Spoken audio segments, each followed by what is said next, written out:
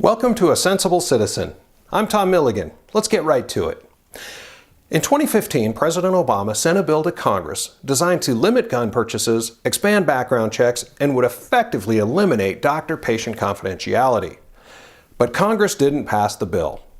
And if I remember correctly from Saturday morning cartoons, until a bill is passed into law, it's still just a bill. And Obama was pissed. Sorry, wrong Obama. That's more like it. This Obama was pissed.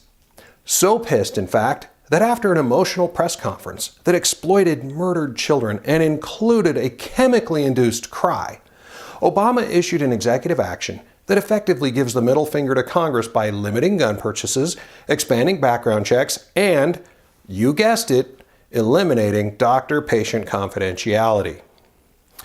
Now let's just ignore for a minute what he did, which is really stupid, and focus on how he did it, which is flat out terrifying. Instead of following the law, upholding the Constitution, or following the will of the people as represented by Congress, Obama just wrote up an executive action because, and I quote, Congress failed to act. No, they didn't. They didn't fail to act. They debated, they voted, and they said no. But they acted, they performed, they did exactly what we elected them to do.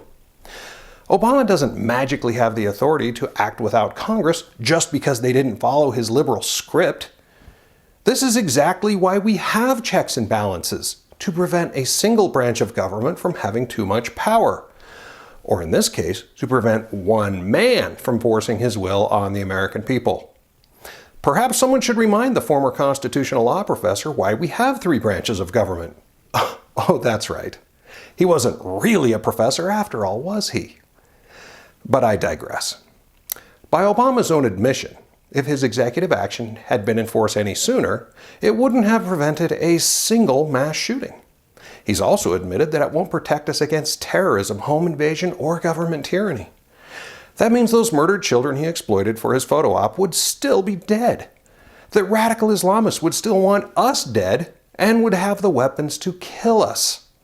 It also means burglars, rapists, and murderers would still be able to enter our homes, but would be more confident than ever in our inability to defend ourselves. So without any real benefits and some pretty glaring drawbacks, why is he so determined to change the rules? Why is he so fixated on gun control? Well, the lame excuse the White House offers is, if it has a chance to save just one life, isn't it worth trying? Sounds great, but why is he so anxious to subvert the very laws he's sworn to uphold? Simple. Gun control is government control, and that is exactly what Obama wants. More government control that he can pass on to his liberal successor, who will push for even more control. Now, I know some of you are thinking, Tom, these new rules make some sense to me. Aren't you taking this just a bit too far? Again, ignore the what. It's the how and the why that scare the hell out of me. Let's think of it this way. Let's say, in an effort to appease ISIS, Al-Qaeda, or any other radical Islamic group that he's afraid of mentioning by name, Obama decides to sponsor a bill that bans any image that represents Muhammad anywhere in the United States. Congress would never pass that bill, or as liberals say, Congress would fail to act, and Obama would be pissed. He'd be really passionate about it.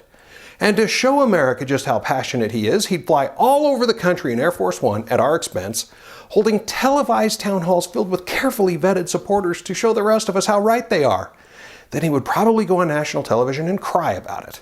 And since Congress would have failed to act, it's Obama to the rescue. He'd just whip out another executive action, and with the stroke of his pen, there goes the freedom of speech and of the press. But don't you dare complain. After all, if it has a chance to save even one life, isn't it worth trying? Besides, who needs a picture of Muhammad anyway? Would you be willing to forfeit your freedom of speech and the freedom of the press guaranteed by the First Amendment? That was meant as a rhetorical question. But if you answered yes, please get out of my country right now. You're not worthy of the blood that's been spilled for you. If you accept his self-proclaimed authority to infringe on the Second Amendment, by default, you also give him permission to circumvent the rest of the rights guaranteed by the Constitution. Where does it end? Hillary Clinton has not only praised Obama's executive action, but has vowed to take it even further if she's elected president. Nobody knows exactly what that means, but I don't want to find out. Don't forget, history has shown that gun control works. But works for whom is the real question. Now listen carefully. I'm obviously very pro-Second Amendment, but this video isn't about guns. I don't care how you feel about guns. I care about the Constitution and the freedoms and liberties it guarantees all of us. But a vote for Hillary or Bernie is a vote for a weakened Constitution, reduced freedoms, and more government control over your life. Choose wisely, America. That's it for today. Thanks for watching. I'm Tom Milligan, and this is A Sensible Citizen.